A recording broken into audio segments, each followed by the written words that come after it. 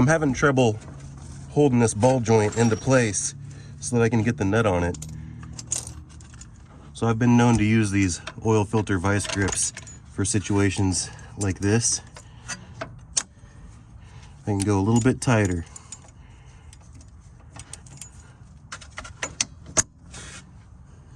And I need to go tighter yet.